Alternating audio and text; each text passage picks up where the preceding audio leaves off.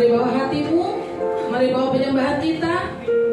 Mari kita masuk dalam hadiratnya. Mari kita berdoa. Terima kasih Tuhan untuk setiap kebaikan yang Kau berikan kepada kami. Kami bersyukur Tuhan untuk semua kasih-Mu Tuhan. Kami ada Tuhan sampai pada pagi ini Tuhan Yesus. Itu karena kasih dan anugerah-Mu kepada kami. Kami bersyukur Tuhan Yesus untuk kebaikan-Mu Tuhan sepanjang hari kepada kami. Pagi hari ini Yesus kami datang Tuhan dengan kelemahan hati kami Tuhan. Kami memuji, kami mau bersorak-sorai untuk-Mu Bapa. Untuk bungkus ruangan ini Tuhan Yesus dengan kuat kuasa hadirat-Mu Bapa. Tolong kami Tuhan Yesus.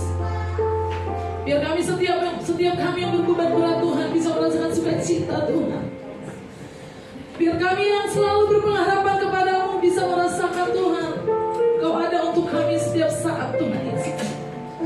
Terima kasih Tuhan Yesus, terima kasih Allah kami. Kami buka Tuhan kebaktian kami di dalam nama Tuhan Yesus Juru Selamat kami. Haleluya, amin. Mari jemaat Tuhan, apapun yang boleh kita rasakan,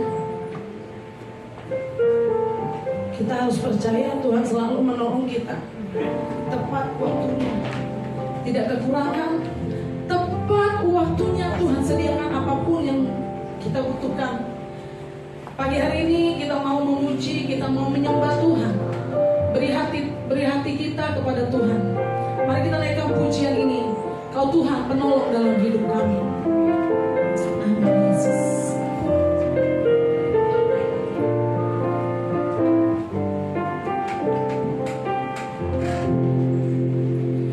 Kau Tuhan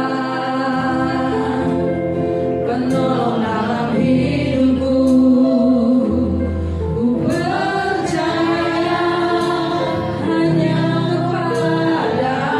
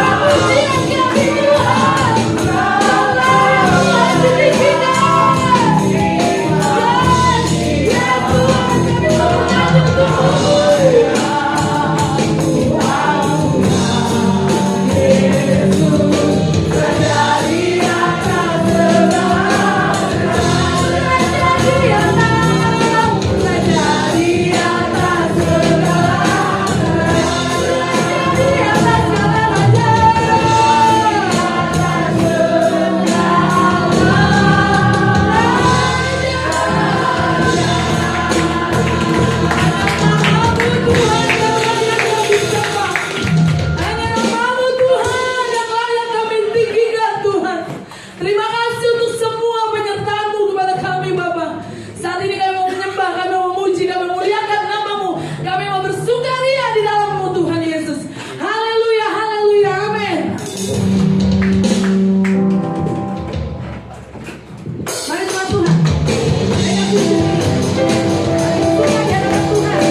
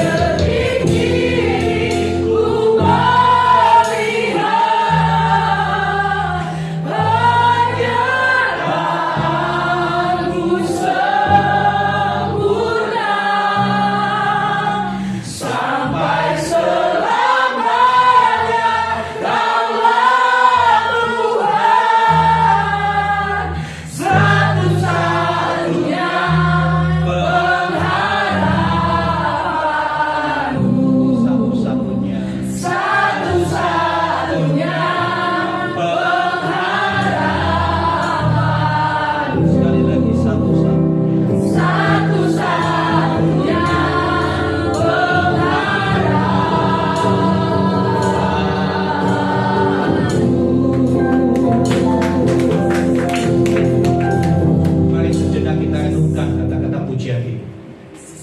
Sampai detik ini ku melihat penyertaan-Mu sempurna. Amin Yesus. Apakah saudara masih disertai Tuhan sampai saat ini? Amin Tuhan. Katakan amin ketika kau masih Amin disertai. Yesus. Amin Tuhan. Bahkan sampai selamanya Dia selalu ada dan hadir dalam kehidupan kita. Bahkan di titik terendah Dia ada di sana. Ketika keluargamu, teman-temanmu meninggalkan kau, tapi Yesus Tuhan tidak berpaling. Amin Tuhan. Dia menyertai. Terima kasih. Bahkan Dia memegang tangan kanan. Ketika kau terlalu lemah untuk berjalan, Dia menggendong dengan penuh kasih. Renungkan realita ini dalam hidupmu, saudaraku. Terlalu besar kasih. Terima kasih untuk kasih-Mu Tuhan. Pagi hari ini kami sungguh merasa terlalu banyak yang sudah Kau perbuat dalam hidup kami. Amin Tuhan. Terima kasih Yesus. Ampuni kami kalau selama ini kami terlalu banyak menuntut kepada Tuhan. Kami terlalu banyak meminta. Kami mengeluh. Ampuni kami. Sampai detik ini kami ada di tempat ini. Dengan segala keberadaan kami. Kami tahu itu semua karena penyertaan. Kau selalu ada dalam hidup kami. Terima kasih untuk itu semua Tuhan Yesus. Biar pagi hari ini kami buka hati kami. Kami arahkan hati dan pikiran kami untuk mendengar pesan-pesan Tuhan. Supaya kami mengerti apa yang Bapa kehendaki untuk hidup kami di hari-hari mendatang. Terima kasih Tuhan. Memberkati teman-teman kami yang sudah melayani dalam pujian penyembah. Berikanlah mereka tidak sia-sia. Tuhan yang memberkati mereka, Tuhan yang membawa mereka terus naik, semakin menyenangkan hati Tuhan. Terima kasih Bapa. Terpujilah nama. Kami siap dengar firman. Di dalam nama Tuhan Yesus kami berdoa. Amin. Kadangkala di momen Idul Fitri, ya Idul Fitri juga tulisannya jangan Idul Pisah Fitri, salah itu dalam Kamus Besar Bahasa Indonesia. Idul Fitri itu digabung, Idul Fitri satu kata. Ini kadangkala kesalahan-kesalahan jadi salah kaprah. Ya kita harus cerdas sedikit sebagai anak-anak Tuhan. Saudara yang dikasih Tuhan, di momen Idul Fitri banyak orang bilang, mari kita kembali kepada Fitri. Mohon maaf bapak-bapak di sini ada yang punya mantan namanya Fitri? Kalau di Manurung mantannya namanya Fitri bukan? Saya gak punya mantan. Gak ada ya? Saya takutnya bilang Fitri yang suaminya punya mantan Fitri marah mamanya. Jangan kembali ke Fitri, udah sama saya gitu. Bapak-bapak mantannya bukan Fitri ya? Adik ya. Fitri no. Iya, jadi saudara yang dikasih Tuhan, ya kembali ke Fitri. Kadangkala ini yang teman-teman kita, saudara-saudara kita Muslim bilang, marilah kita kembali ke Fitri. Waduh, yang punya mantan Fitri itu istrinya ngamuk itu pasti. Jangan mau Fitri, lu kalau udah mau punya rumah, udah punya anak 3 mau balik ke Fitri gitu ya. Jadi saudara yang dikasih Tuhan, apa sih artinya kembali ke Fitri? Yuk next slide.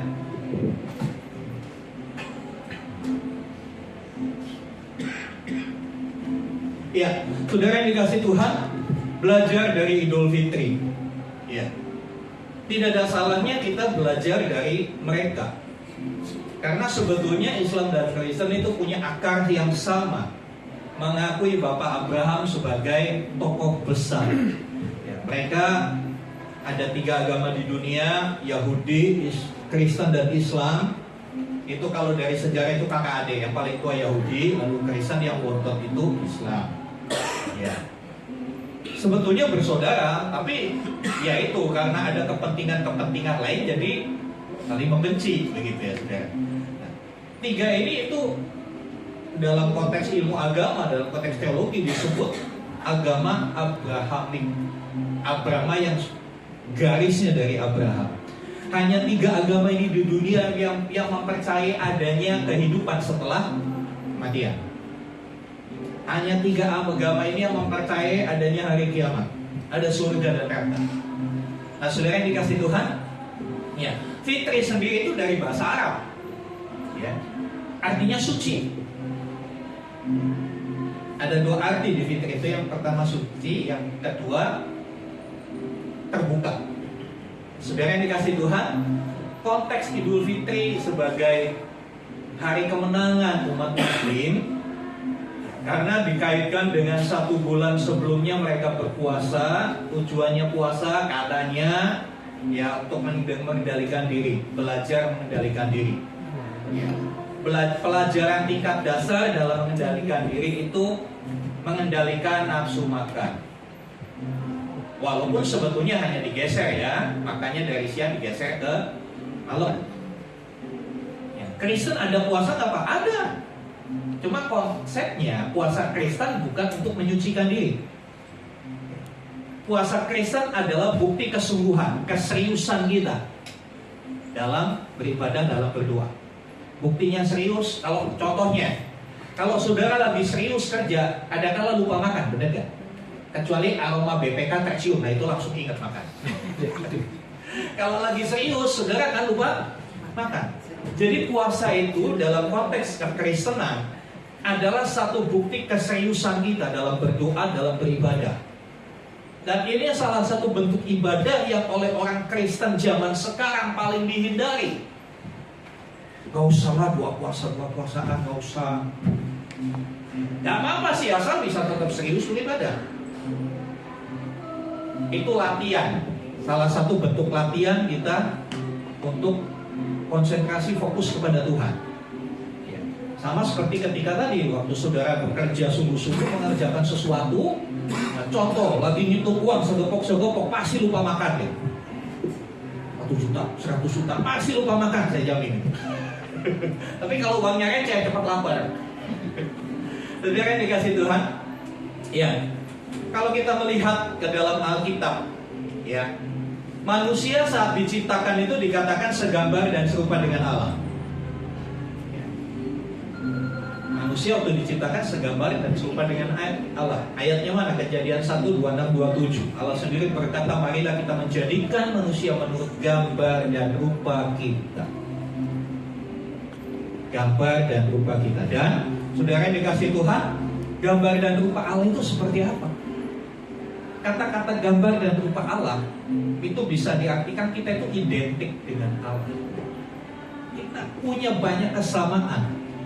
Walaupun kita bukan Allah, kita itu copy paste-nya dari Allah.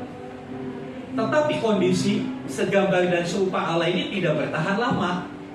Ya, kalau kita melihat dalam kitab Kejadian, kondisi manusia yang segambar dan serupa dengan Allah, dan Tuhan berkomentar sungguh amat baik.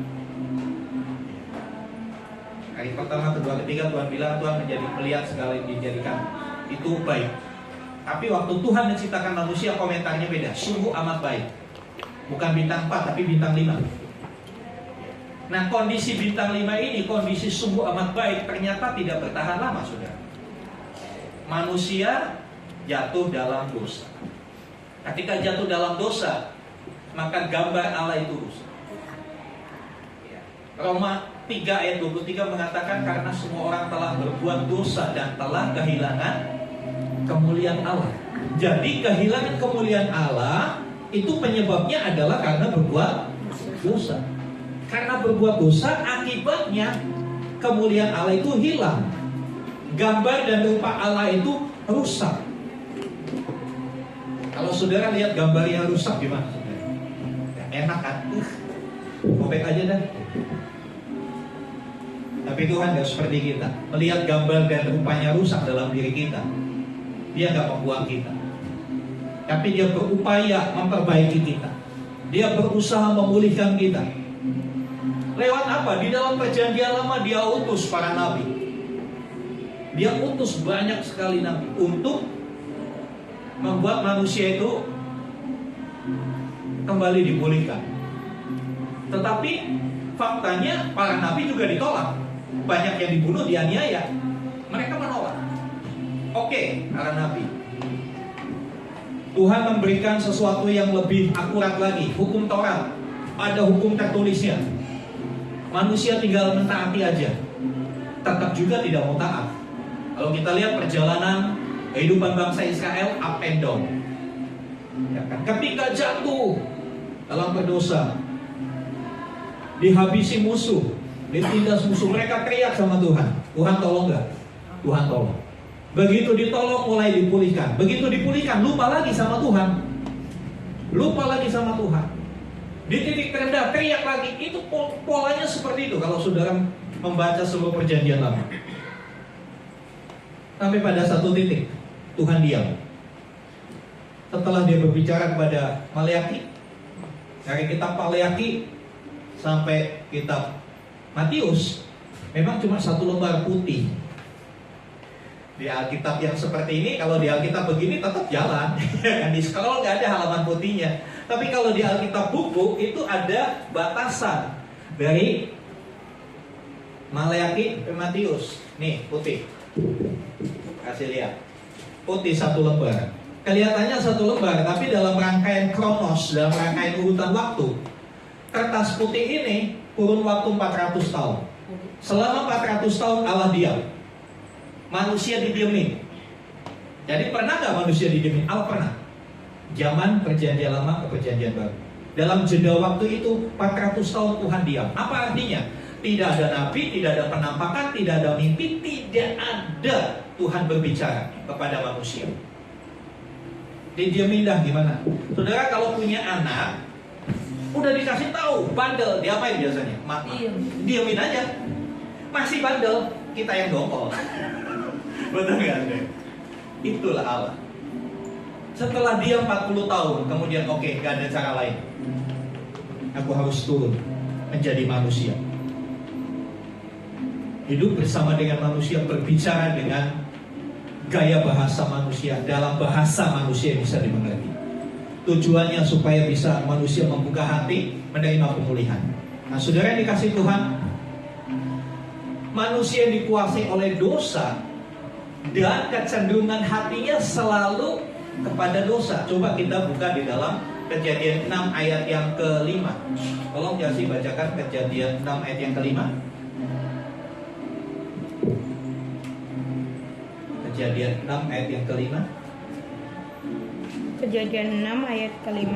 Ketika dilihat Tuhan bahwa kejahatan manusia besar di bumi dan bahwa segala kecenderungan hatinya selalu membuahkan kejahatan semata-mata. Iya, segala kecenderungan hatinya. Apa kecenderungan hatinya?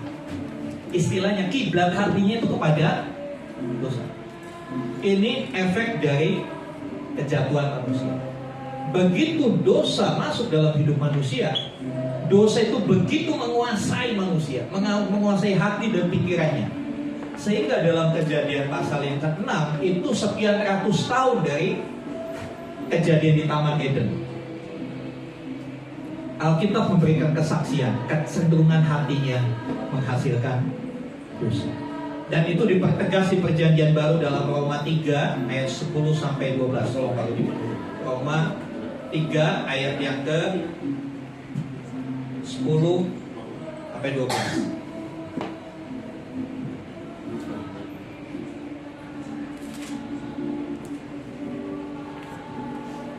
Silakan Pak Rudy Manurung. Roma 3 ayat 10 sampai 12.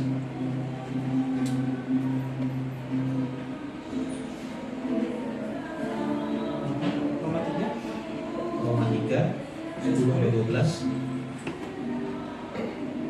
Roma 3 ayat 10 sampai 12. Begini firman Tuhan. Seperti ada tertulis, tidak ada yang benar, seorang pun tidak ada seorang pun yang berakal budi, tidak ada seorang pun yang mencari Allah. Semua yang telah menyeleweng, mereka semua tidak berguna. Tidak ada yang berbuat baik, seorang pun tidak. Ya, saudara yang dikasih Tuhan, inilah realita zaman kita sekarang. Tidak ada yang benar. Oleh sebab itu, status FB saya pagi ini berkata, gereja bukanlah sekumpulan orang yang sempurna, tetapi mereka adalah sekumpulan orang yang sadar dan mau memperbaiki diri bersama dengan Tuhan. Amin. Kita bukan orang sempurna. Kalau saudara merasa dirimu cukup sempurna di tempat ini, saya sarankan segera saudara pergi dari tempat ini. Kenapa? Karena saudara akan melihat saudara-saudara lain nggak sempurna, saudara nggak betah nantinya. Nah, saudara yang dikasih Tuhan, kita adalah sekelompok orang yang tidak sempurna. Kita sadar ketidaksempurnaan kita. Kita sadar kita masih belum baik. Minggu lalu firman Tuhan berkata apa? Baik saja nggak cukup kan? Baik aja nggak cukup. Tuhan, standarnya Tuhan itu sempurna. Standarnya Tuhan bukan untuk kita, bukan ecek-ecek, sempurna. Sama seperti Bapa di surga adalah sempurna. Nah, ketika masuk manusia jatuh dalam dosa, kesempurnaan yang awalnya ada dalam diri manusia itu sudah lenyap. Keserupaan dengan Allah berubah menjadi keberdosaan. Apakah Allah tinggal diam? Sekali-kali tidak. Sampai pada satu titik, ya, aku akan turun di antara manusia. Nah, saudara yang dikasih Tuhan, mari kita membaca Alkitab dalam Lukas 15. Lukas 15 ayat 11 sampai ayat yang ke-24. Lukas 15 ayat 11 sampai 24. Saya bacakan cepat saja saudara. Yesus berkata lagi, ada seorang mempunyai 2 anak laki-laki. Kata yang bungsu kepada ayahnya, Bapa, berikanlah kepadaku bagian harta milik kita yang menjadi hakku. Lalu ayahnya membagi-bagikan harta kekayaan itu di antara mereka. Beberapa hari kemudian anak bungsu itu menjual seluruh bagiannya itu, lalu pergi ke negeri yang jauh. Di sana ia memboroskan harta miliknya itu dengan hidup berfoya-foya. Setelah dihabiskannya semuanya, timbullah bencana kelaparan di dalam negeri itu, dan ia pun mulai melarang. Lalu ia pergi dan bekerja pada seorang majikan di negeri itu. Orang itu menyuruhnya ke ladang untuk menjaga babinya. Lalu ia pergi mengisi perutnya dengan ampas yang menjadi makanan babi itu. Tetapi tidak seorang pun yang memberikannya kepadanya. Lalu ia menyadari keadaannya. Katanya, betapa banyaknya orang upahan Bapakku yang berlimpah-limpah makanannya, tetapi aku di sini mati kelaparan. Aku akan bangkit dan pergi kepada Bapakku dan berkata kepadanya, Bapa, aku telah berdosa terhadap sorga dan terhadap Bapa. Aku tidak layak lagi disebut anak Bapa. Jadikanlah aku sebagai seorang upahan Bapa. Maka bangkitlah ia dan pergi kepada bapaknya. Ketika ia masih jauh, ayahnya telah melihatnya. Lalu tergeraklah hatinya oleh belas kasihan. Ayahnya itu berlari mendapatkan dia, lalu merangkul dan mencium dia. Kata anak itu kepadanya, Bapa, aku telah berdosa terhadap sorga dan terhadap Bapa. Aku tidak layak lagi disebut anak Bapa. Tetapi ayah itu berkata kepada hamba-hambanya, lekaslah, bawa kemari jubah yang terbaik, pakaikanlah itu kepadanya, dan kenakanlah cincin pada jarinya dan sepatu pada kakinya. Dan ambillah anak lembu tambun itu, sembelihlah dia, dan marilah kita makan dan bersuka cita. Sebab anakku ini telah mati dan menjadi hidup kembali. Ia telah hilang dan didapat kembali. Maka mulailah mereka bersukaria. Saudara, kisah ini terlalu sering kita dengarkan. Tapi baiklah hari ini kita memperhatikan, ya, bahwa ini bukan hanya satu kisah dramatis, ya, orang ayah punya 2 anak, lalu anaknya sebelum bapaknya mati minta warisan. Ini kalau saudara anakmu begini gimana rasanya saudara? Saudara masih sehat, lalu anaknya bilang kasih bagian warisan. Bukan sama aja doain bapak lu cepat mati gitu kan? Saudara yang dikasih Tuhan, itulah realita yang terjadi dalam hidup manusia. Kita terlalu sering menuntut hak kita. Kita berkata, Tuhan, saya kan anak Tuhan, saya kan melayani, saya kan harus diberkati Tuhan. Apa sadar kita menuntut berkat sama Tuhan? Gak beda seperti yang bungsu ini, selalu menuntut hak. Padahal apakah selama si bungsu ini tinggal dengan bapaknya, apakah dia kekurangan? Enggak. Enggak ada kekurangan, tapi dia tetap minta haknya. Berapa banyak orang percaya kepada Kristus tidak pernah merasa cukup dalam hidupnya? merasa kurang dan kurang. Dan kekurangan itu bukan berdasarkan kebutuhan, tapi berdasarkan keinginan. Dia minta hak itu. Akhirnya karena bapak ini baik hati, oke, dibagi. Karena itu hak kamu, aku kasih. Anak bungsu ini pergi tempat yang jauh, dikatakan dia pesta pora, habiskan uangnya. Ya, dia foya-foya, habiskan uangnya. Timbul kelaparan, dia mulai susah. Kelaparan, gak bisa makan. Saudara yang dikasih Tuhan, kembali fitri atau kembali menjadi suci, kembali untuk mengalami pemulihan dari Allah, bukan dengan berpuasa, tapi itu dimulai dari pertobatan. Kembali fitri, kembali menjadi suci, kembali untuk mengalami pemulihan dari Tuhan, itu dimulai dari yang namanya pertobatan. Anak itu dalam ayat 17 sadar, ya. Anak itu sadar akan keadaannya. Dia pikir, di rumah bapakku gak ada yang kelaparan, semua makan kenyang. Aku di sini kelaparan. Sudahkah kita memiliki kesadaran seperti itu? Keberadaan diri kita yang jauh dari Tuhan, keberadaan diri kita yang gak pernah doa lagi, keberadaan diri kita yang ya ibadah ya kalau lagi sempat, kalau lagi. Tapi kalau berdoa, kita pinginnya Tuhan harus selalu sempat memberkati saya. Nah, saudara yang dikasih Tuhan, sadar akan keberadaannya si bungsi ini, lalu kesadaran itu mendorong dirinya untuk bangkit dan kembali. Untuk bangkit dan kembali. Banyak orang berhenti di titik sadar, iya sadar gue begini. Udah berhenti, gak ngapa-ngapain. Perhatikan si bungsu ini. Kalau dia cuma sadar, ya udah selamanya dia kelaparan. Bahkan dia bisa sampai mati kelaparan. Tapi ada satu langkah yang dilakukan. Dia bangkit dan kembali. Ya, kembali. Pertobatan adalah satu langkah kembali kepada Tuhan. Kembali kepada Tuhan. Saudara yang dikasih Tuhan, fitri yang sejati dimulai dari hati yang berubah. Hati yang mau berubah. Karena sadar berubah. Banyak orang sadar tapi gak mau berubah. Sadar kalau judi online itu bikin miskin, tapi gak berubah. Terus. Makin hancur, saudara. Ini jadi satu pelajaran buat kita. Kesadaran itu harus selalu ada dalam hidup kita. Sadar keberadaan kita. Sadar kita lagi ada di mana. Ketika kita sadar bahwa ini sebetulnya bukan tempat saya. Seharusnya Tuhan tidak merancang orang Kristen untuk hidup susah. Tuhan tidak merancang orang Kristen untuk menderita.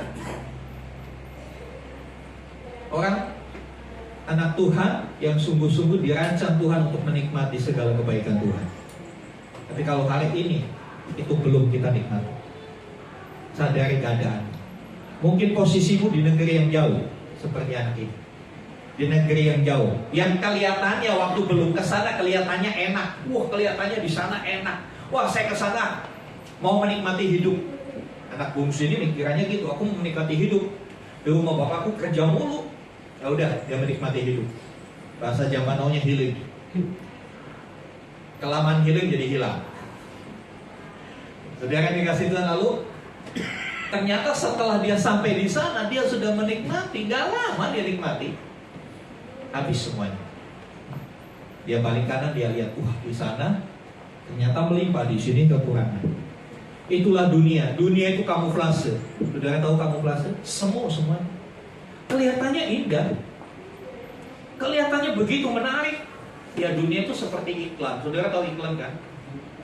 Selalu bagus, selalu bagus.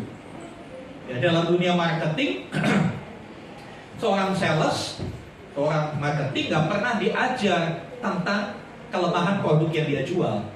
Yang diajar adalah kelebihannya. Itu dunia yang tawarkan sama kita. Yang di-upload itu semua kelebihan-kelebihan, keindahan. Padahal Alkitab berkata, dunia ini sedang lenyap. Sedang lenyap, bukan akan loh. bukan akan. Sedang. Kalau sedang itu apa? Lagi OTW, present continuous tense, OTW. Kalau akan lenyap, future, will be, akan. Tapi Alkitab berkata dunia sedang lenyap. Dunia itu OTW, pelan-pelan lenyap. Apakah kita mau mengejar sesuatu yang akan lenyap? Bodoh kan? Kita harus kejar sesuatu yang eternal, sesuatu yang selama-lamanya, sesuatu yang tidak tergoncangkan. Jangan tertipu oleh dunia ini. Anak bungsu ini tertipu oleh nikmatnya dunia. Nggak lama habis. Untung dia nggak mati, masih ada kesempatan untuk kembali. Saudara yang dikasih Tuhan, kita tidak bisa suci tanpa kembali kepada Bapa. Sekali lagi, kita tidak pernah bisa dipulihkan kalau kita nggak balik kepada Tuhan.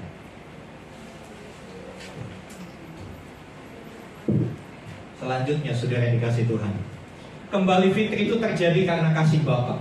Saudara perhatikan ayat yang ke-20 sampai 24. Ayat 20 sampai 24. Ya, ketika anak ini memutuskan untuk kembali, keputusan itu bukan sekedar wacana, keputusan bukan cuma rencana, bukan cuma niat, tapi dia lakukan, dia langkahkan kakinya, dia kembali kepada Sang Bapa. Dikatakan ayat yang ke-20, apa yang terjadi? Apa respon bapaknya? Kejadian 15 ayat yang ke-20.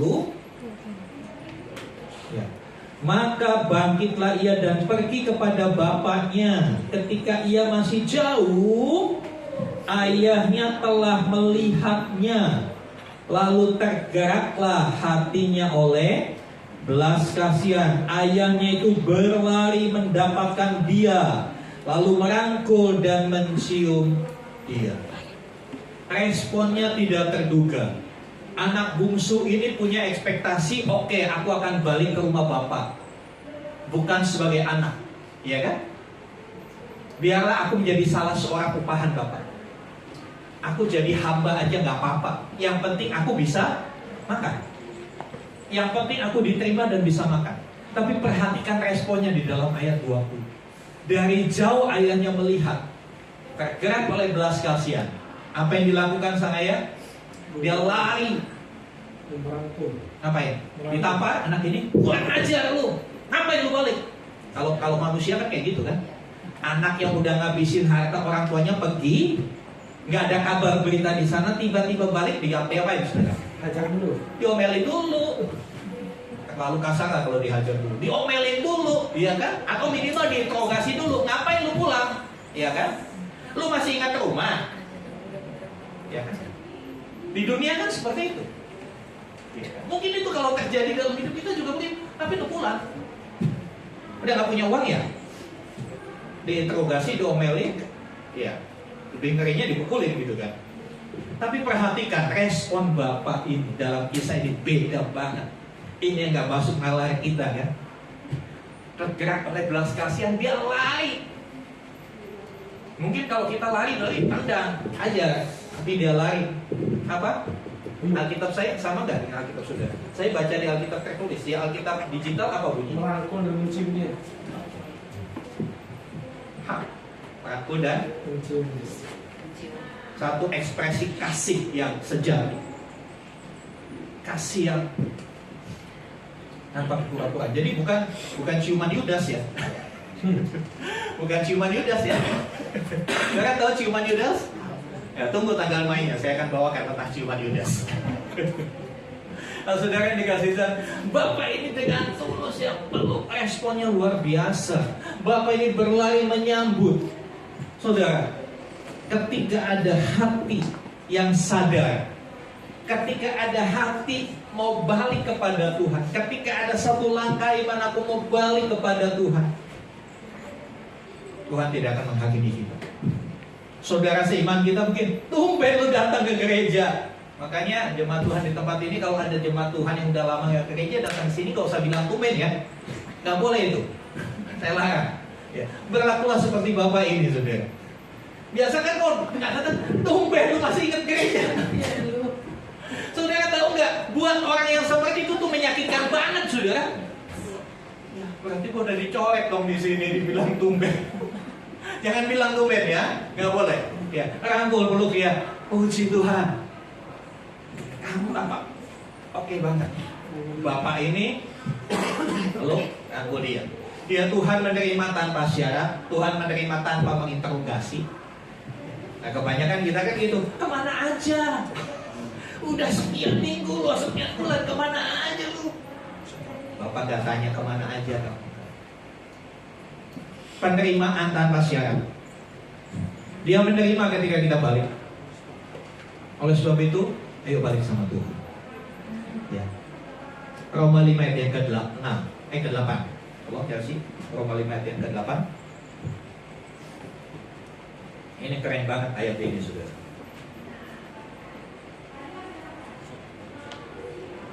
Roma 5 ayat yang ke-8. Akan tetapi Allah menunjukkan kasih-Nya kepada kita karena Kristus telah mati untuk kita ketika kita masih berdosa. Ya, Kristus mati untuk kita ketika kita sudah sempurna? Belum. Tidak.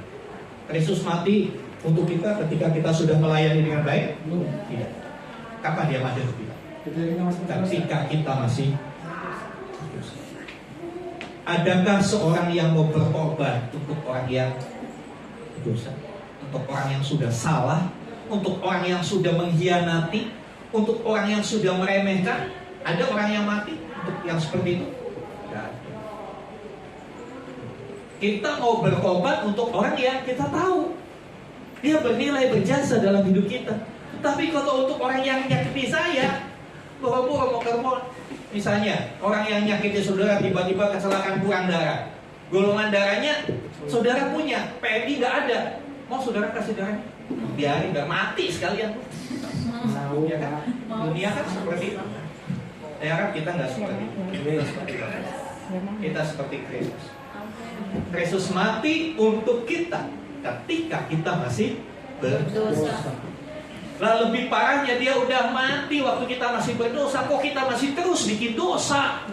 Itu kan nggak tahu dirinya kita kan begitu sudah. Benar apa betul sudah? betul. Bilang sama sebelah itu nggak tahu diri.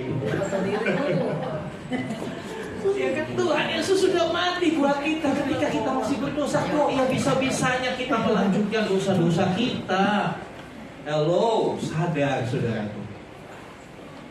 Dia udah lakukan yang the best.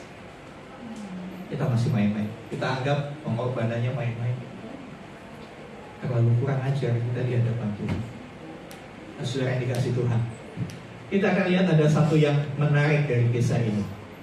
Saudara, kasihnya itu lebih besar dari dosa kita. Walaupun dosamu semerah kirmisi, tapi putihkan seperti salju. Saudara yang dikasih Tuhan, kita akan melihat dalam ayat yang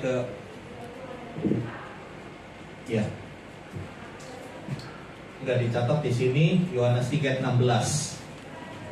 Saya rasa kita sudah terlalu hafal ayat ini. Karena begitu besar kasih Allah akan dunia ini, sehingga Ia telah mengaruniakan anaknya yang tunggal, supaya semua orang yang percaya kepadanya tidak binasa, melainkan beroleh hidup.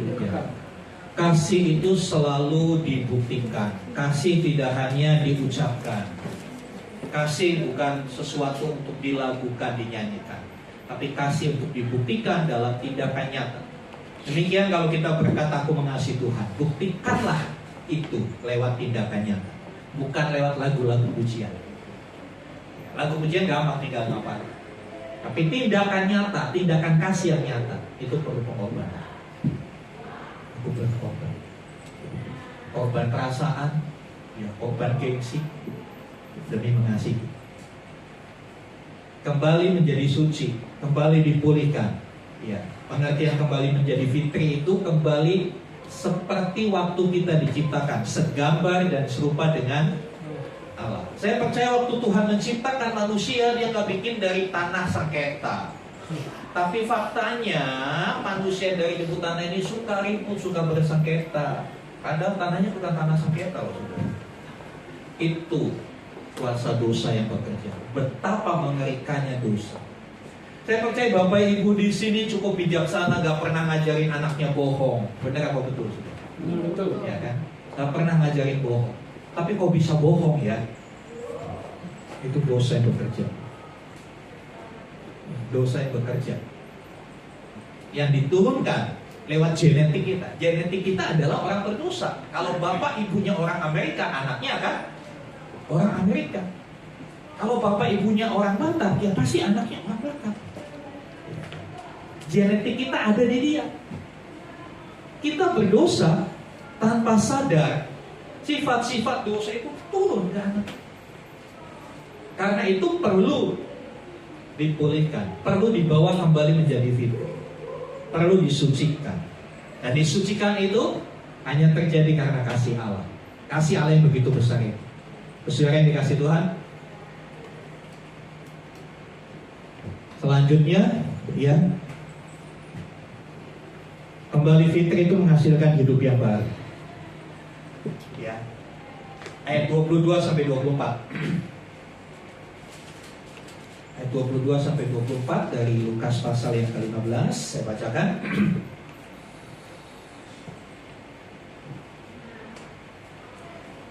Ayat 21 dulu. Setelah bapaknya itu merangkul dan mencium dia, anaknya bilang gini, "Bapak, aku sudah berdosa terhadap sorga dan terhadap Bapak. Aku tidak layak lagi disebutkan anak Bapak." Anak ini tidak berharap, tidak punya ekspektasi terlalu tinggi diakui lagi jadi anak. Ekspektasinya ya udah, saya jadi hambanya Bapak, saya jadi pegawainya Bapak aja udah matur nuwun, udah terima kasih, udah mulia teh. Tapi ternyata ayat 22, tetapi ayah itu berkata kepada hamba-hambanya, "Lekaslah bawa kemari jubah yang terbaik, pakaikanlah itu kepadanya, dan kenakanlah cincin pada jarinya, dan sepatu pada kakinya." Ada 3 hal yang diberikan Bapa buat orang yang mau datang kembali dalam pertobatan. 3 hal. Apa yang pertama? Jubah. Yang kedua, cincin. Yang ketiga, sepatu. Saudara, dalam tradisi Yahudi ini bukan pemberian begitu aja. Ini bukan pemberian, bajunya jelek udah ganti bajunya. Tangannya gak ada cincin, kasih cincin. Gak pakai sepatu enggak. Tapi apa yang dilakukan Bapak ini menurut tradisi Yahudi itu punya makna yang mendalam. Sama seperti teman-teman dari Medan, orang Batak, kalau dikasih urus itu kan punya makna, betul gak? Gak cuma dikasih gitu aja, enggak kan? Ada maknanya. Dan urus juga ada macam-macam, ya kan? Kalau menikah begini, kalau kematian lain-lain ada maknanya. Di tradisi Yahudi juga punya maknanya. Ya. Diberikan jubah itu artinya ya suatu penerimaan, satu identitas baru untuk menutupi ketelanjangan. Dalam tradisi Yahudi, prosesi pemberian jubah adalah satu pengakuan. Ya, kamu anak saya. Kamu yang tadinya hina dikasih baju, dikatakan jubah yang indah. Ya kan? Jubah yang bagus, bukan asal sembarang jubah. Ya. Jubah yang terbaik katakan. Nah, pengertian jubah yang terbaik dalam terjemahan lain dikatakan itu jubah yang dipakai bapaknya sendiri. Jubahnya bapaknya dikasih ke dia. Kalau saudara dikasih jasnya Pak Prabowo, gimana saudara? Wah, bisa-bisa nggak dicuci-cuci, takut luntur katanya. Wah, ini ada keringatnya presiden. Satu pengakuan kan. Ayah ini memberikan jubah, dia mengakui. Bukan hanya sekedar menerima, tapi sebuah pengakuan dengan satu identitas baru. Kemudian cincin. Cincin itu bicara apa? Saudara, orang zaman dulu stempelnya bukan yang bikin di pinggir jalan, enggak. Tapi stempelnya cincin.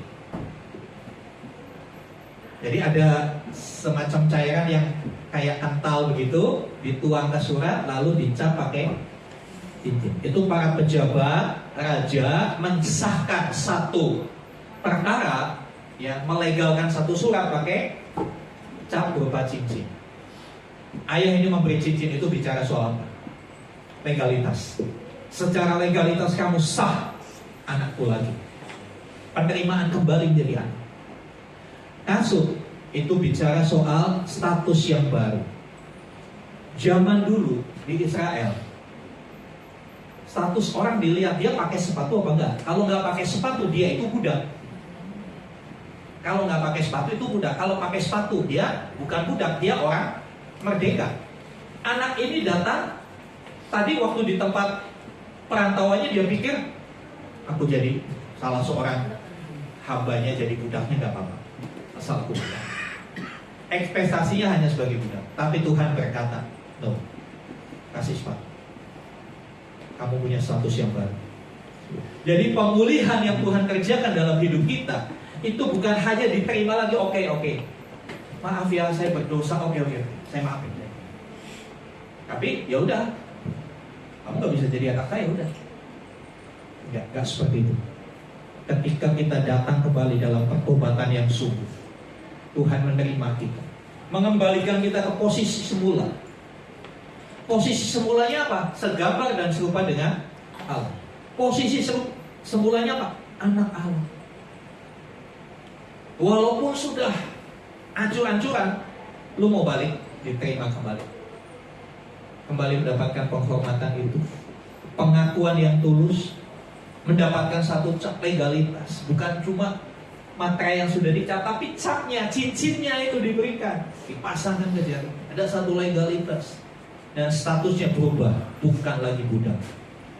Anak itu diterima bukan menjadi budak. Anak itu diterima kembali menjadi anak. Saudara yang dikasih Tuhan, 2 Korintus 5 ayat 17 dikatakan, barang siapa ada di dalam Kristus, dia adalah ciptaan yang baru. Sesungguhnya yang lama sudah berlalu, yang baru sudah datang. Setelah kita menerima pemulihan yang luar biasa dari Bapa, maka seharusnya hidup kita berubah. Seharusnya seperti 2 Korintus 5:17, kita adalah ciptaan yang baru, yang lama telah berlalu. Hidupmu yang lama, kebiasaanmu yang lama, pola pikirmu yang lama, sifat-sifatmu yang lama, tinggalkan. Yang lama sudah berlalu, yang baru sudah datang. Ya. Orang yang dipulihkan, hidupnya jadi beda. Hidupnya jadi beda. Ya.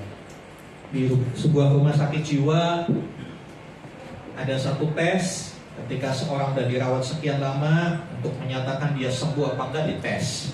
Tesnya suruh nyanyi. Orang disuruh nyanyi, dia nyanyi, aku masih seperti yang dulu. Wah, belum sembuh, masih sama kayak dulu. Dinyatakan sembuh kalau nyanyinya gini, aku berubah, sungguh ku berubah sejak ku terima Yesus.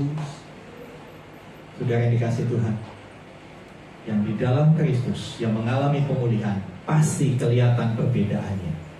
Gak sama. Yang dulu kalau lagi naik motor disalib, maki-maki, sekarang senyum. Ada perubahan. Yang kalau dulu lagi macet, mukul-mukul setir, macet. Sekarang ya kesempatan santai dulu, kaki dilempengin, gak pegel. Ada perubahan. Ayo cek, ayo koreksi, ada gak perubahan? Yang kita katanya sudah kembali fitri, kembali dipulihkan, udah belum ada perubahan? Saudara, kalau belum ada perubahan, balik lagi kepada Bapa. Balik lagi kepada Bapa. Ya, Roma 12 ayat 2, ya, janganlah hendaknya kamu menjadi serupa dengan dunia, tapi berubahlah oleh pembaharuan budimu. Saudara, gak sama lagi, tidak serupa dengan dunia. Orang yang kembali fitri, orang yang kembali dipulihkan, itu tidak sama seperti dunia. Kalau dunia gimana? Saudara tahu, gak perlu dijabarkan. Kita harus berbeda dari dunia. Oh, kelihatannya bodoh. Gak apa-apa, bodoh di hadapan dunia, tapi mulia di hadapan Allah. Saudara pilih yang mana? Ya. Kalau saya, selalu saya katakan, yang penting saya dilihat sama Tuhan. Gak dilihat orang, gak apa-apa. Gak dianggap sama orang, gak apa-apa. Apa untungnya kita dianggap sama orang, saudara? Pujian dari manusia itu sebentar aja. Saudara, kalau saudara dipuji orang sebentar, satu kali dia bisa maki-maki kita, ya kan? Ibu hebat gini-gini. Apalagi kalau dalam sebuah pertandingan, ya, pertandingan volley kayak badminton, saudara menang, semua tepuk tangan. Tapi berikutnya, pertandingan berikutnya saudara kalah. Masa gitu aja nggak bisa? Oh, diomel-omelin saudara. Itu manusia. Kita belajar. Bukan untuk cari penilaian manusia, tapi biarlah kita dinilai oleh Tuhan. Dan penilaian Tuhan itu objektif banget. Penilaian Tuhan objektif banget. Karena dia melihat bukan apa yang kita tampilkan, tapi Tuhan melihat sampai apa yang di dalam. Manusia menilai kita dari apa yang kita tampilkan. Coba, sederhana, coba menilai Ibu Riri saya dipimpin pujiannya gimana? Semangat kan? Semangat. Yang ditampilkan, yang kelihatan. Tapi yang menilai hatinya Tuhan. Kita nggak bisa, wah hatinya dulu. Enggak, Tuhan yang tahu hati dia. Apakah dia waktu tadi nangis itu di rumah semprot air bawang merah dulu supaya air mata dia keluar? Yang tahu Tuhan hal begitu, kita nggak usah ngurusin hal-hal begitu, saudara. Kita datang ke sini tugas tujuan kita memuji Tuhan. Siapapun WL-nya. Nah, saudara yang dikasih Tuhan, orang yang dipulihkan hidupnya berubah, cara berpikirnya berubah, perkataannya juga mulai berubah. Yang tadinya selalu nyinyir, yang tadinya selalu negatif, mulai hal yang positif. Mulai berpikir hal-hal yang positif. Delete semua yang negatif dari pikiran. Itu hanya bikin saudara jadi lola. Kayak handphone saudara kalau udah ketemuan foto, ketemuan video, lama-lama kan lola, kan dipencet lama banget muter gitu kan. Makanya saya sering hapusin chattingan yang grup yang panjang, kadang-kadang di grup RT, wah udah segala hujan aja bisa 200 chattingan tuh, hanya karena mengomentari hujan. Nah, saya hapus, kenapa? Nanti handphone saya lola. Kalau pikiran kita penuh dengan hal-hal yang berguna, pikiran menjadi lola. Dikasih firman Tuhan kagak ngerti-ngerti. Padahal saya menyampaikan firman Tuhan kan sama. Yang saya sampaikan di Kopsen juga sama. Yang saya sampaikan di Leo, saya sampaikan juga di ASB, saya sampaikan di Lipo, sama. Cuma pertumbuhannya kan beda-beda. Iya kan? Waktu ngasihnya sama, beda. Di rumah baru udah ya 2 bulan lebih gitu saya pelihara lele galon. Saya pelihara lele dalam galon lele mineral itu, daripada dibuang udah pelihara lele, ya kan? Saya beli bibitnya sama, kurang 7 cm sama seragam. Dikasih makan sehari 2 kali sama. Bagi 3 galon sama, jumlahnya sama. Sekarang ada yang udah segede gini, ada yang masih segede gini sudah. Makanannya sama, jenis makanannya sama, air yang saya pakai juga sama, ya. Tapi hasilnya berbeda. Apa yang membedakan? Yang satu rajin makan, yang satu kebanyakan diet, nanti gemuk katanya. Saudara dikasih Tuhan, jadi yang satu segini saudara. Sampai bingung ini gimana ya? Saudara yang dikasih Tuhan, kehidupan rohani juga kan kayak gitu. Kadang-kala ada seseorang saya melihat itu rohaninya tuh cepat pertumbuhan imannya, cepat menjadi berbeda dengan dunia. Tapi ada yang, yaitu aku masih seperti yang dulu, emosian tidak pernah bisa dikendalikan. Sekarang kalau kita sadar keadaan kita, yuk, cara satu-satunya hanya balik sama Tuhan. Ya. Psikolog, psikiater tidak bisa mengubah orang. Dia hanya memberi saran-saran. Yang bisa mengubah hidup kita hanya Tuhan. Amin. Amin. Kita lihat satu kesimpulannya, ya. Kembali fitri bukan karena usaha manusia, tetapi karena kasihnya yang begitu besar, yang bisa diterima dengan percaya dan bertobat. Kalau kita mau dipulihkan, kalau kita mau jadi pribadi yang lebih baik, bukan dengan kekuatan kita, tapi dengan percaya kepadanya, datang dengan pertobatan yang sungguh-sungguh. Ya, bertobat itu bukan kayak saudara makan cabai. Ada istilah kapok lombok. Kapok lombok itu gimana? Makan cabai terus, pedas, habis itu diare. Udah aku nggak mau lagi makan cabai. Besok makan lagi. Di warung bakso nyendok lagi 2 sendok cabai. Padahal 2 hari yang lalu baru dari pasca 1 makan Imodium untuk menghentikan diarenya. Tapi begitu diarenya udah normal balik lagi.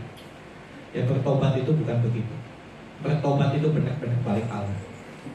Perhatikan kisah anak bungsu itu. Dia kembali kepada bapaknya. Dia nggak bilang lagi, Pak, warisan lagi, saya mau kesana lagi, enggak kan? Enggak. Dia udah balik ke rumah bapaknya, udah tinggal di situ, udah ceritanya selesai. Artinya apa? Nggak ada episode kedua balik lagi ke sana, nggak ada. Saudara yang dikasih Tuhan, yuk, ini saatnya. Saya melihat dengan kejadian geopolitik yang terjadi, perang di Timur Tengah, saudara, saya semakin melihat, saya semakin merasa kedatangan Tuhan sudah sangat dekat. Nggak tahu saudara merasa nggak? Kalau saya sih berasa banget. Waktu itu berjalan cepet banget. Kayaknya udah minggu lagi, kayaknya ya udah 2 minggu lagi kita retret loh saudara. Sementara defisit berapa panitia? Si 4 juta. Ya, itu kan defisit 4 juta dengan catatan semua peserta bayar. Lah kalau ada yang belum bayar, walang-walang dah. Jadi saudara dikasih tahu, waktu berjalan begitu cepat. Waktu berjalan begitu cepat. Bagaimana hidupku? Ada di titik mana hidupku? Apakah aku masih dalam posisi menikmati dunia? Terlena dengan kesenangan dunia? Atau mulai serius dengan Tuhan? Saya sudah sampaikan beberapa waktu yang lalu, udah waktunya kita serius sama Tuhan. Ya, yang pelayanan serius dengan pelayanan. Ya. Gak ada waktunya. Bukan waktunya buat santai. Waktu itu gak ada gigi atletnya saudara. Jalan terus. Pingin sih kita mundur 5 tahun lagi gitu kan. Supaya tiap minggu masih bisa banyak jualan, ketutup retret. Tapi gak bisa mundur. Jadi gunakanlah waktu yang ada dengan bijak. Jangan main-main dengan hidupmu. Jangan main-main dengan hidupmu. Jangan sembrono dengan hidup. Yuk kita datang sama Tuhan. Saya undang kembali tim presentasi ke posisinya.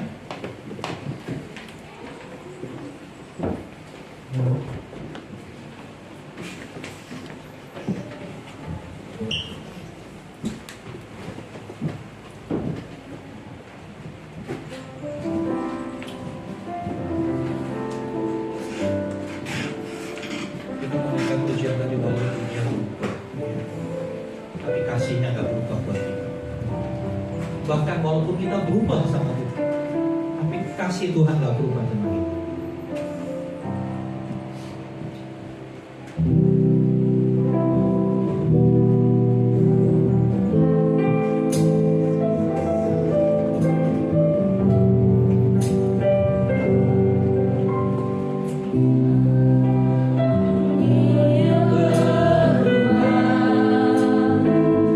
Namun kasih-Mu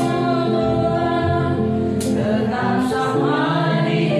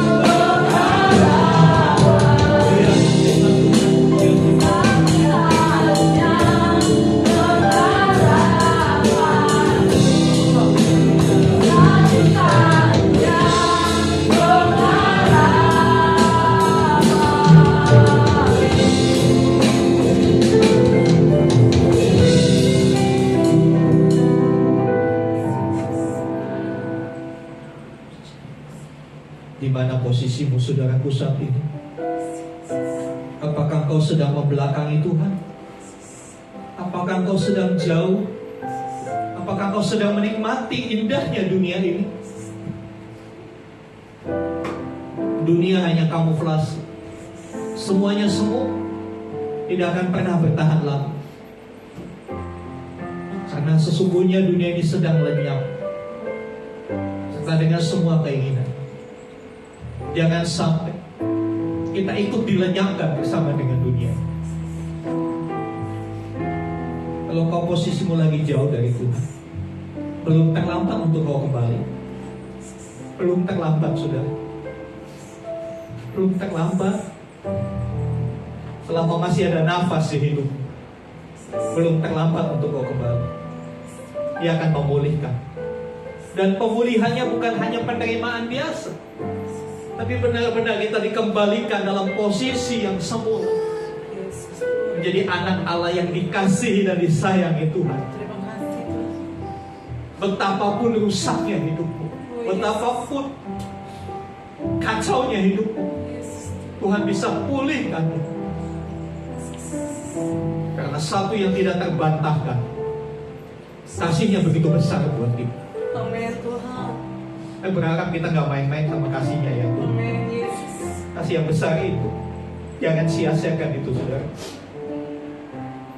Kalau sampai detik ini saudara masih bisa bernafas, masih pakai pakaian yang layak, Yesus. masih bisa makan sehari 3 kali dengan penuh, yang mungkin lebih baik dari MBG. Terima kasih. Bukankah itu penyertaan yang sempurna dalam hidupmu? Mengucap syukurlah atas itu. Kadang kita terlalu melihat dunia, membandingkan kita dengan dunia, kita nggak pernah puas dalam hidup ini. Ini saatnya sadari kasihnya.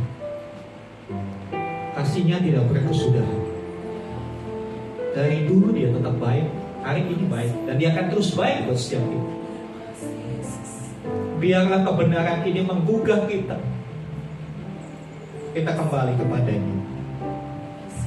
Kita tidak menyia-nyiakan kebaikan. Haleluya. Terima kasih Tuhan. Kebenaran ini kami dimerdekakan. Kami disadarkan bahwa kasih-Mu lebih dari segalanya.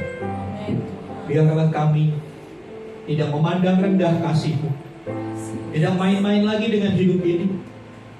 Apabila posisi kami sekarang sedang jauh dari Tuhan, kami tahu inilah waktunya kami kembali kepada Bapa. Karena Bapa itu sudah menunggu.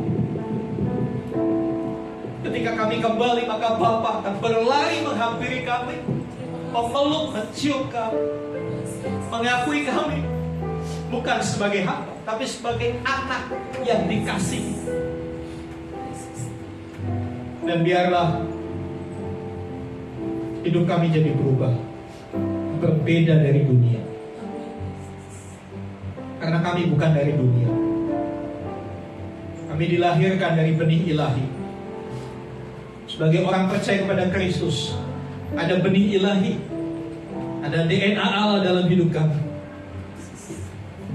Biarlah kami boleh hidup dalam DNA itu, sehingga karakter Allah semakin nyata dalam hidup kami, terekspresi keluar, sehingga orang-orang di sekitar kami melihat kami berubah, kami berbeda, tidak sama dengan dunia. Terima kasih Roh Kudus, Engkau yang menerjemahkan lebih lanjut kebenaran ini dalam alam pemikiran kami, dan kami benar-benar menangkap kebenaran ini yang akan mengubah hidup kami. Terima kasih Bapak, terima kasih Tuhan Yesus, terima kasih Roh Kudus. Di dalam nama Tuhan Yesus kami berdoa. Amin. Silakan duduk, saudara. Terima kasih untuk Bapak Pendeta kami, untuk firman-Nya. Tuhan Yesus memberkati. Baik, kita akan memberikan yang terbaik untuk Tuhan. Minta tolong untuk Ibu Dorku melayani kita dalam persembahan.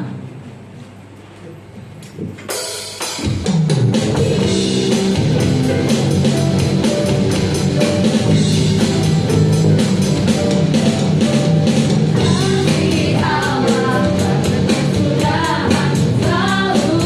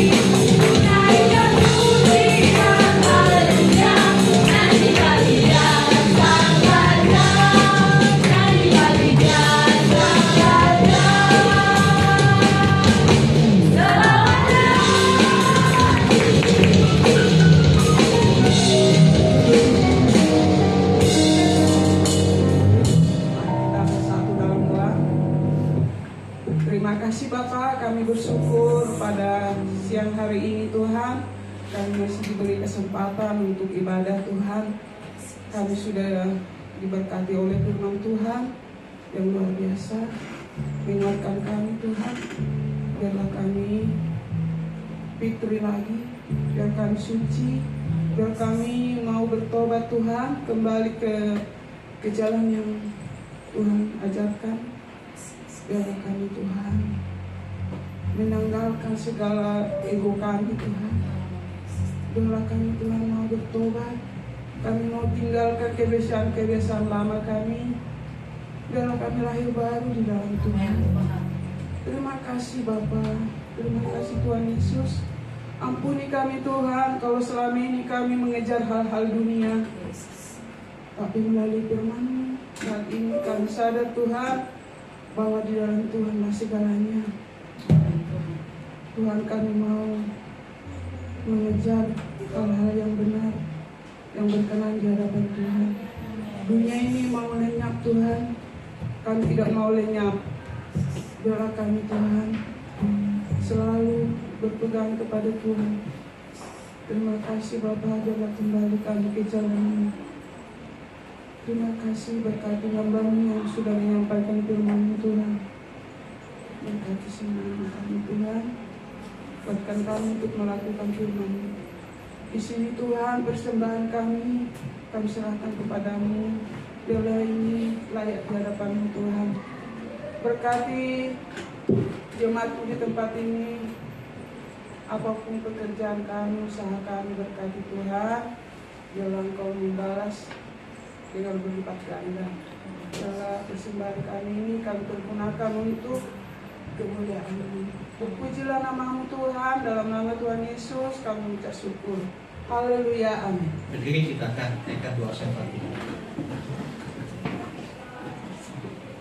Kami bersyukur Tuhan untuk kasih-Mu yang hebat atas kami. Biarlah kami menjadi orang-orang yang mengerti bagaimana merespon kasih Tuhan. Mungkin kami belum sebanding ketika kami membalas kasih Tuhan. Tapi kami mau belajar, memberi hidup kami untuk meresponi kasih Tuhan. Terima kasih Tuhan. Tuhan memberkati saudara-saudara kami yang hari ini tidak hadir. Mereka ada di luar kota. Jadikan mereka berkat di tengah keluarga mereka. Kehadiran mereka boleh menghadirkan Kristus bagi keluarga mereka yang belum percaya kepada Kristus, sehingga setidaknya mereka melihat ada kasih yang dibagikan, sehingga mereka boleh dijamah oleh kasih itu. Berkati perjalanan mereka apabila mereka kembali ke kota ini, supaya mereka boleh berhimpun bersama dengan kami memuliakan Tuhan. Terima kasih Bapak. Kami berdoa buat bangsa dan negara kami di tengah keadaan geopolitik yang semakin memanas di Timur Tengah. Kiranya Tuhan memberi hikmat kepada Bapak Presiden Prabowo dengan seluruh jajarannya, membawa bangsa ini meminimalkan dampaknya sehingga rakyat boleh tetap tenang bekerja, boleh tetap aman, boleh berpenghasilan dengan baik. Kami berdoa supaya setiap kebijaksanaan itu dilandasi oleh takut akan Tuhan, dilandasi dengan kepentingan masyarakat banyak, bukan kepentingan kelompok tertentu. Dan setiap rancangan-rancangan orang fasik, rancangan-rancangan yang akan menghancurkan pekerjaan Tuhan, Tuhan yang akan mengacaukan semuanya itu. Berdoa untuk seluruh gereja Tuhan, biar ada kesatuan hati. Gereja Tuhan bukan berkompetisi, tapi gereja Tuhan boleh bersinergi dan berkolaborasi untuk menyatakan Kristus di tengah Indonesia. Memberkati TNI Polri di tengah suasana libur lebaran. Mereka yang bertugas, kiranya Tuhan memberikan kekuatan, kesehatan, hikmat, jalankan tugas dengan baik. Keluarga mereka dijaga, dilindungi oleh Tuhan. Terima kasih Bapak. Kami berdoa untuk gereja Tuhan di tempat ini. Bulan Mei kami akan perpanjang sewa tempat. Tuhan yang cukupkan semuanya. Hamba berdoa berkati seluruh jemaat Tuhan dalam usaha pekerjaan mereka, sehingga melalui berkat Tuhan mereka boleh berkontribusi bagi pekerjaan Tuhan di tempat ini. Berkati Ibu Limina yang sudah memberikan tempat ini untuk kami gunakan sebagai tempat ibadah. Kiranya terus Tuhan jamah hatinya, sehingga dia boleh bermurah hati memberikan harga sewa yang terjangkau, harga sewa yang wajar untuk kami boleh melanjutkan sewa tempat ini. Satu kerinduan kami memiliki tempat ibadah sendiri yang lebih luas, lebih permanen, lebih kompatibel, sehingga kami boleh mengembangkan setiap pelayanan-pelayanan yang ada di gereja ini. Terima kasih Bapak, kami bersyukur, kami buka hati kami bagi berkat Tuhan. Mari arahkan hatimu kepada Tuhan, saudara. Angkat tanganmu dan sekarang terimalah rahmat anugerah dari Bapa di surga, dalam kasih sayang Tuhan Yesus Kristus, bersama-sama persekutuan pengurapan Roh Kudus. Terimalah berkat-berkat jasmani, diberkatilah setiap usaha pekerjaanmu, bekerjalah sesuai dengan kebenaran firman Tuhan, bekerjalah bukan hanya untuk uang, tapi bekerjalah untuk memuliakan Tuhan. Diberkatilah engkau yang sekolah, yang kuliah, engkau mempersiapkan masa depanmu, engkau meraih prestasi yang baik, engkau menggunakan setiap kesempatan dengan baik, hingga hidupmu lebih baik di masa yang akan datang. Diberkati kau secara rohani, imanmu semakin kuat, bertumbuh dan menghasilkan buah, pengharapanmu makin teguh di dalam Kristus, dan kasihmu semakin nyata kepada semua orang. Terimalah segala berkat ini, dan jadilah berkat dimanapun Tuhan menempatkan saudara. Pergilah, jadikanlah semua bangsa muridku, baptislah mereka dalam nama Bapa, Anak, dan Roh Kudus. Ajarlah mereka melakukan segala sesuatu yang telah kuperintahkan kepadamu, dan ketahuilah aku menyertai kamu senantiasa sampai kepada akhir zaman. Demikianlah Tuhan Yesus akan datang kembali, menjemput kita, membawa kita masuk ke tempat yang telah Dia sediakan, supaya di mana Tuhan Yesus berada, di situ pun kita boleh berada. Dengan penuh syukur kami terima berkat-Mu ya Bapa, di dalam nama Tuhan Yesus Kristus. Yang menerima berkat katakan amin. Amin.